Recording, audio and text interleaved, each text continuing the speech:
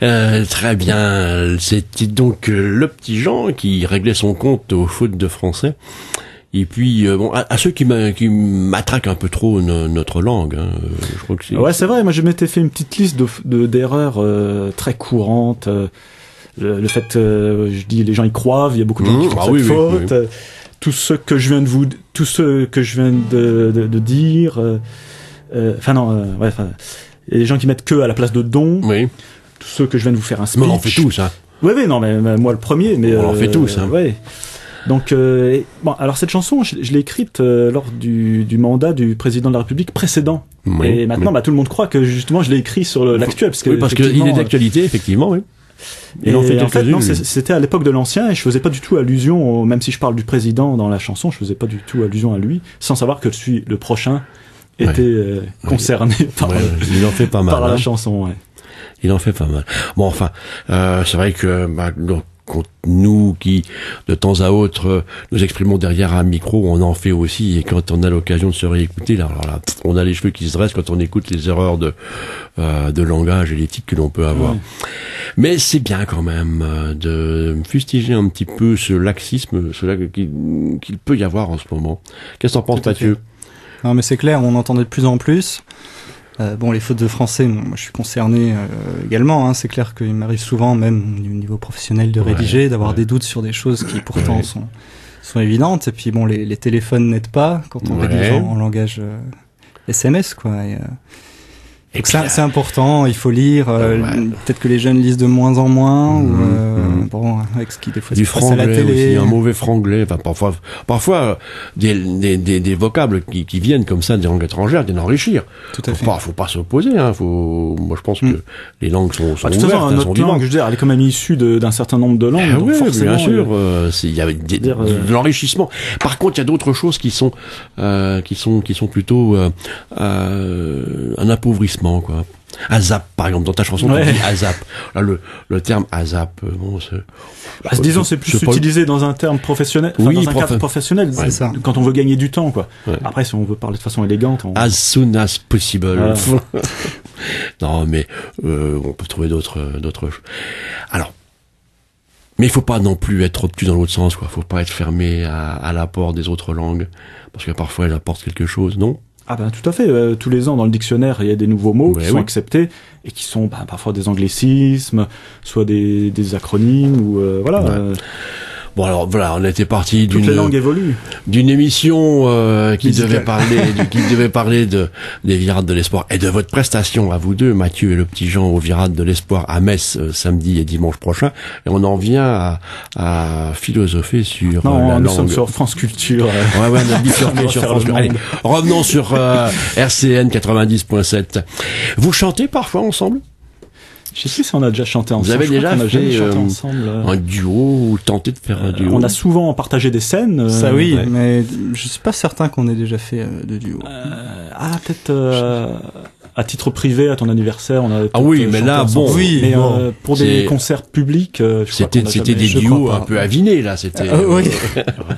On était déjà bien. La soirée était déjà bien entamée. Ouais. Mais je sais pas, ça aurait peut-être pu y penser. Là. Pourquoi pas, ouais. Et on va y réfléchir.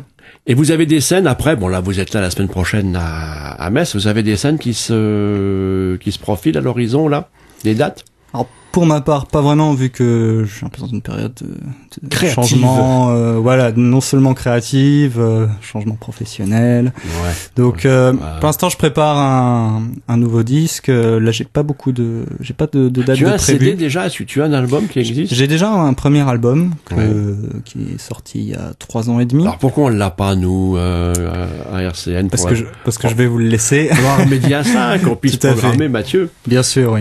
Et donc j'ai un premier CD. Et tu travailles sur un nouvel album? Et là je travaille, j'essaye d'écrire des nouveaux morceaux pour enregistrer rapidement dès que c'est prêt. Donc les scènes, ça sera un peu plus tard. Voilà, je pense aux alentours de mars l'année prochaine, je vais essayer après durant tout l'été de trouver des dates dans toute la région et même au-delà. Et toi, le petit Jean? C'est un petit peu la même chose, c'est-à-dire que la sortie du premier CD qui date d'il y a 7 ans déjà a été suivie d'une tournée qui s'est un peu éternisée, une tournée Lorraine qui s'est un peu éternisée et j'avais laissé un petit peu des enregistrements. Par contre, ça fait des années que je chante les nouvelles chansons qui seront dans le prochain CD. Donc les chansons existent déjà, elles sont sous forme brouillon, on va dire, en ce moment. Donc je suis en train de travailler de peaufiner le prochain CD. Mais ça prend pas mal de temps et pour l'instant je peux pas encore vraiment donner de date précise de sortie du prochain CD. Et des scènes? Des scènes, pour l'instant j'essaie de me cantonner au travail du CD parce que j'ai jamais réussi à concilier la scène et les enregistrements. Parce que par ailleurs vous avez une activité professionnelle tous les deux. Oui, tout à fait. Oui. Ah, il faut bien vivre. Oui, c'est pas de nos chansons que, en tout cas en ce qui me concerne, c'est sûrement pas de mes chansons que je pourrais vivre. Ni moi. C'est dommage, mais enfin bon, c'est quand même quelque chose qui vous conduit dans la vie, qui vous apporte quelque chose, qui vous fait sortir un petit peu de votre quotidien, non? Oui, ça permet moi je sais que je suis un peu timide, donc ça me permet par ce biais-là de m'exprimer, d'essayer de mettre enfin ce que je ressens sur un papier, quoi. Donc c'est clair que ça permet de se libérer, et puis la scène, ça permet aussi de se lâcher. Moi, je sais que je me sens différemment quand je suis sur scène que dans la vie de tous les jours, quoi. Il y a une énergie qui est différente, quelque chose vraiment d'unique sur la scène. Alors, c'était sympa de vous avoir tous les deux, Mathieu et le petit Jean.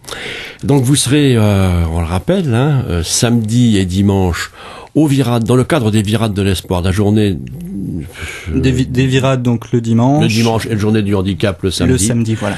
Le samedi pour Mathieu à 18h au Plan d'eau, et pour Mathieu et le petit Jean le dimanche à 11h et midi au Plan d'eau à Metz. C'est bien ça. Merci d'être venu. Merci à vous.